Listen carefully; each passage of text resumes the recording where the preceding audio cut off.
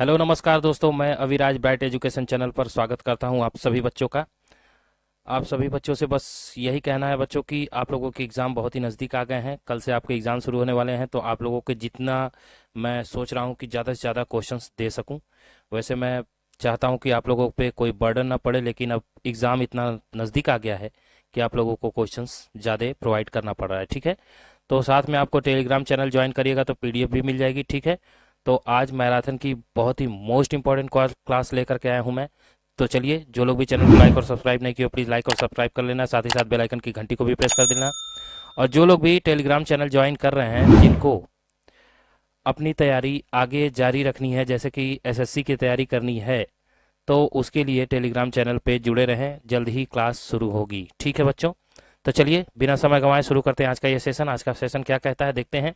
एक multimedia website पर analogue video का प्रयोग करने के लिए किसकी आवश्यकता पड़ती है। आज मैं समय थोड़ा कम दूंगा क्योंकि क्वेश्चन ज़्यादा है, आप लोगों को बोरियत ना महसूस हो और अच्छे से तैयारी कर पाएँ, मैं पूरी कोशिश करूंगा। बताइए, वीडियो डिस्प्ले यूनिट की, वीडियो कैप्चर कार्ड की, वीडियो विजुअलाइजेशन कार्ड की, या नन ऑफ दीज इनमें से कोई नहीं। मल्टीमीडिया वेबसाइट पर एनालॉग वीडियो का प्रयोग करने के लिए किसका जरूरत पड़ता है? तो वीडियो कैप्चर कार्ड की जरूरत पड़ती है बच्चों। ठीक है ना। चलिए अब नेक्स्ट अगला है, ईमेल पते में कौन सा चिन्ह यूजर के नाम को आईएसपी एड्रेस से अलग करता है? जल्दी बताइए, ईमेल में जो पता होता है वो कौन सा चिन्ह है जो आईएसपी एड्रेस से अलग करता है? At the rate, hashtag, and, या इनमें से कोई नहीं? जल्दी से बताइए, ये सब आप बता सकते हैं। तो इसका क्या हो जाएगा, ईमेल पते में कौन सा चिन्ह यूजर के नाम को आईएसपी एड्रेस से अलग करता है? तो एड्रेस से एट द रेट करता है। ठीक है ना। चलिए अब नेक्स्ट अगला क्वेश्चन है बच्चों, निम्नलिखित में से लाइट पेन किस प्रकार की इनपुट डिवाइस है? जल्दी से बताइए। Storage device, pointing device, printing device, या स्कैनिंग डिवाइस? जल्दी से बताइए, लाइट पेन किस प्रकार की इनपुट डिवाइस है? इनपुट डिवाइस तो बता दिया कि लाइट पेन है, लेकिन कौन सी डिवाइस है? तो पॉइंटिंग डिवाइस है। ठीक है बच्चों, कौन सी? लाइट पेन पॉइंटिंग डिवाइस कहलाती है। चलिए अब नेक्स्ट अगला है, यूपीआई निम्नलिखित में से किससे संबंधित है? लोड बैंक से, बैंक अकाउंट से, मनी ट्रांसफर से, या नन ऑफ दीज इनमें से कोई नहीं। यूपीआई का फुल फॉर्म होता है यूनिफाइड पेमेंट इंटरफेस। ठीक है बच्चों, तो ये जो है किससे संबंधित है? मनी ट्रांसफर से। ठीक है ना, इससे हम मनी ट्रांसफर करते हैं, किस लेन देन करते हैं। चलिए अब नेक्स्ट अगला है, डबल अंडरलाइन करने की शॉर्टकट कुंजी कंट्रोल प्लस डी होती है। क्या ये बात सही है कि गलत है? जल्दी से बताइए बच्चों, very very most important question है। तो क्या हो जाएगा, ये ट्रू हो जाएगा ना। ठीक है, चलिए अब नेक्स्ट अगला है, डेनियल ऑफ सर्विस अटैक का मेन उद्देश्य क्या होता है? जल्दी से बताइए। ओवरलोड ऑन कंप्यूटर, मतलब कंप्यूटर पे ओवरलोड ज़्यादा हो जाना। हीटिंग टेम्परेचर, हीटिंग टेम्परेचर का मतलब ज़्यादा हीट होना।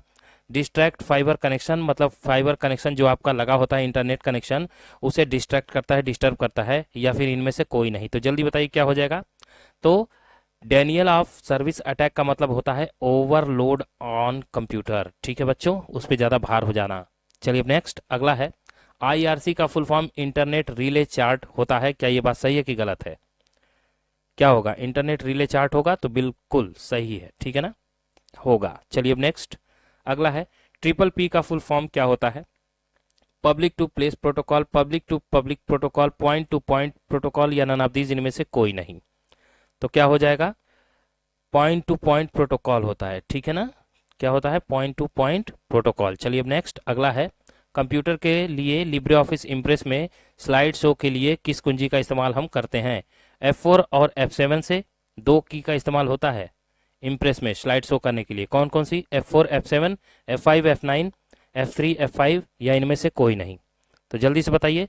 तो F5 से तो स्लाइड शो होता है जानते हैं, और F9 से भी होता है लिब्रे ऑफिस इम्प्रेस में, ध्यान दीजिएगा। चलिए अब नेक्स्ट अगला है, लोगो भाषा का प्रयोग किसके लिए किया जाता है? व्यवसाय के लिए किया जाता है, गणित के लिए किया जाता है, बच्चों की शिक्षा के लिए किया जाता है, या इनमें से सब के लिए किया जाता है? लोगो भाषा का उपयोग जल्दी से बताइए किसके लिए किया जाता है? तो बच्चों की शिक्षा के लिए किया जाता है ना। चलिए अब नेक्स्ट, क्रेडिट कार्ड के फाउंडर जॉन बिगिंस हैं। क्या ये बात सही है कि गलत है?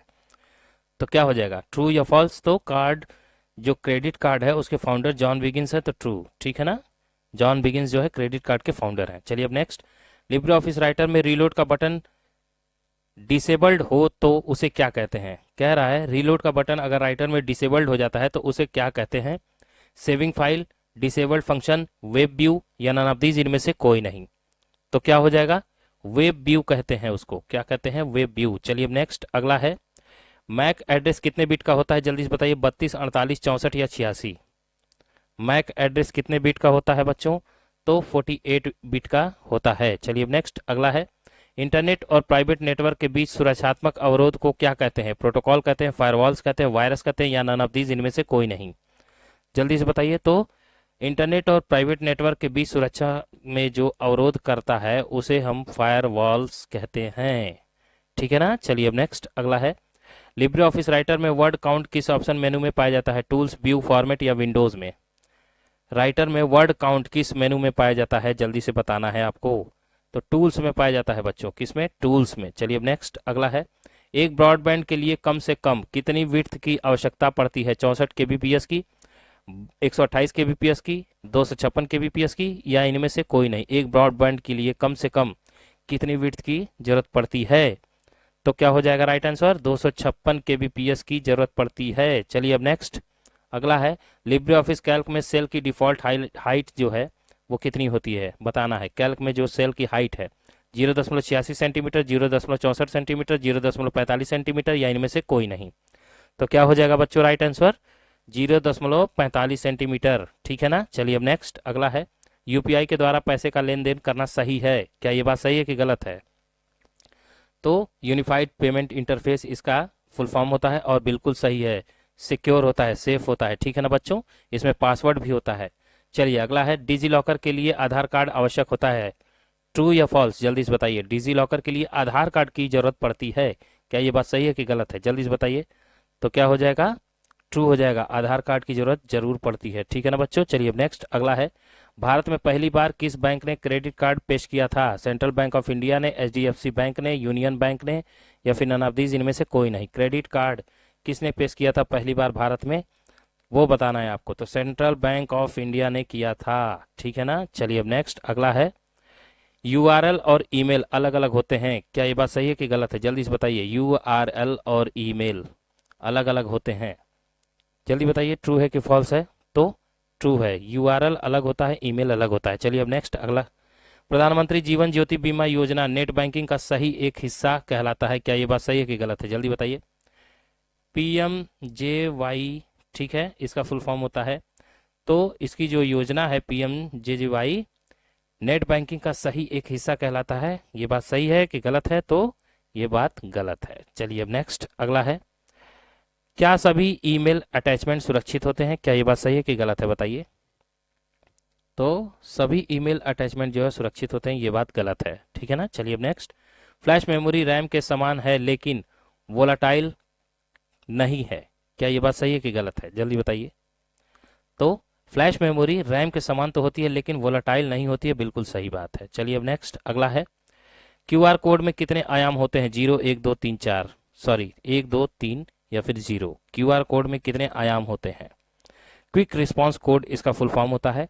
और इसमें कितने आयाम होते हैं बच्चों, तो आपको 2 आयाम मिलते हैं। चलिए अब नेक्स्ट अगला है, लिब्रे ऑफिस राइटर के किस मेनू में माइक्रो ऑप्शन होता है, जल्दी से बताइए। फाइल में, व्यू में, एडिट में, टूल्स में। राइटर के किस मेनू में माइक्रो ऑप्शन मौजूद होता है, तो माइक्रो ऑप्शन जो है वो बच्चों टूल्स में मौजूद होता है, ठीक है ना। चलिए अब नेक्स्ट अगला है, लिब्रे ऑफिस कैल्क में हम 100% से अधिक जूम कर सकते हैं, क्या ये बात सही है कि गलत है। कैल्क की बात कर रहा है, ध्यान दीजिएगा, लिब्रे ऑफिस कैल्क में 100% से भी ज्यादा जूम किया जा सकता है कि नहीं, तो बिल्कुल किया जा सकता है, ठीक है ना।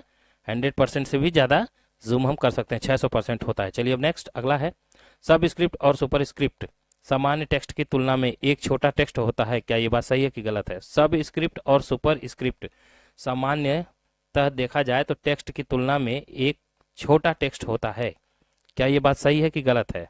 तो क्या हो जाएगा राइट आंसर, बिल्कुल ये सही बात है, छोटा टेक्स्ट होता है। चलिए अब नेक्स्ट अगला है, आधार अनेबल्ड पेमेंट सर्विस एईपीएस इसका फुल फॉर्म होता है, के माध्यम से पैसे निकाल सकते हैं, क्या ये बात सही है कि गलत है। तो बिल्कुल निकाल सकते हैं, आधार कार्ड से आप पैसा निकालते हैं थंबनेल लगा के, ठीक है ना। चलिए अब नेक्स्ट, G2B का क्या अर्थ होता है, जल्दी से बताइए। Government to citizen, government to bureau, government to business, या नन ऑफ दीज इनमें से कोई नहीं। G2B का जो फुल फॉर्म होता है वो क्या होता है, गवर्नमेंट टू बिजनेस होता है, ठीक है ना। याद रखिएगा, सब आपके एग्जाम में पूछ सकता है। चलिए अब नेक्स्ट अगला है, आरटीजीएस के द्वारा धनराशि निकालने की लिमिट कितनी होती है बताइए? 2 से 10 lakh, no limit, 20 lakh, 15 lakh. RTGS मतलब रियल टाइम ग्रॉस सेटलमेंट, इसका फुल फॉर्म होता है। ठीक है, इसके द्वारा धनराशि निकालने की जो लिमिट होती है वो कितनी होती है बच्चों? तो वो 2 से 10 लाख होती है, 2 से 10 लाख। ठीक है ना। चलिए अब नेक्स्ट अगला है, जॉयस्टिक किस प्रकार की डिवाइस कहलाती है? जल्दी से बताइए। Output, input, hardware, software. Joystick कौन सी डिवाइस कहलाती है? तो जॉयस्टिक जो है बच्चों वो इनपुट डिवाइस कहलाती है, इसमें लगा करके हम खेलते हैं वीडियो गेम्स वगैरह वगैरह। ठीक है ना। चलिए अब नेक्स्ट, डिजी लॉकर के संबंध में ई साइन का क्या मतलब होता है? डिजी लॉकर के संबंध में ई का जो साइन होता है उसका क्या मतलब होता है? Digital pen with sign, online electronic signature, online scanned sign, या फिर नन ऑफ दीज, इनमें से कोई नहीं। जल्दी से बताइए। डिजी लॉकर के संबंध में ई साइन का क्या मतलब होता है आपको बताना है। तो ऑनलाइन इलेक्ट्रॉनिक सिग्नेचर होता है, ठीक है ना, वही होता है ई का मतलब, इलेक्ट्रॉनिक सिग्नेचर। चलिए अब नेक्स्ट अगला है, प्रिंट प्रीव्यू की शॉर्टकट कुंजी क्या होती है? Control plus O, control plus shift plus O, control plus P, या नन ऑफ दीज, इनमें से कोई नहीं। जल्दी से बताइए। तो प्रिंट प्रीव्यू की very very most important question है, ये बार बार पूछता है। Control plus shift plus O होता है, मैंने आपको बता रखा है। चलिए अब नेक्स्ट अगला है, कौन से सुरक्षा मुद्दे स्मार्टफोन में मौजूद नहीं होते हैं? कौन से सुरक्षा मुद्दे जो है स्मार्टफोन में मौजूद नहीं होते हैं? Unstable data, stable data, loss of sensitive data, या सीरियल डाटा। जल्दी से बताइए कौन सुरक्षा मुद्दे जो हैं वो स्मार्टफोन में मौजूद नहीं होते हैं? तो लॉस ऑफ सेंसिटिव डाटा, ठीक है ना, यही मौजूद नहीं होता है आपके स्मार्टफोन में। चलिए अब नेक्स्ट, हम ईमेल से ऑडियो वीडियो भेज सकते हैं, क्या ये बात सही है कि गलत है? जल्दी से बताइए, आज का ये लास्ट क्वेश्चन है। तो चलिए इसका जवाब आप मुझे कमेंट बॉक्स में देंगे ताकि मुझे पता चले कि आप लोग तैयारी अच्छे से कर रहे हैं। ठीक है बच्चों, तो बस आज की वीडियो में इतना ही था, और कल की वीडियो में मैं और भी मोस्ट इंपॉर्टेंट क्वेश्चंस दे दूंगा सुबह ही। आज थोड़ा सा लेट हो गया है बच्चों, तो ठीक है, कल 9 बजे आपको वीडियो मिल जाएगी, आज 10 बजे मिल रही है, तो उसके लिए मैं माफ़ी चाहता हूँ। तो ठीक है, अच्छे से तैयारी कीजिए, मेरी तरफ से बेस्ट ऑफ लक। जो लोग भी चैनल को लाइक और सब्सक्राइब नहीं किए हैं प्लीज़ लाइक और सब्सक्राइब कर देंगे, साथ ही साथ बेल आइकन की घंटी को भी प्रेस कर देंगे, और जरूर से टेलीग्राम चैनल को ज्वाइन करिए अगर आपको पीडीएफ लेनी है तो। ठीक है, तो मैं अविराज आपसे इजाज़त लेता हूँ, तब तक के लिए जय हिंद, जय भारत।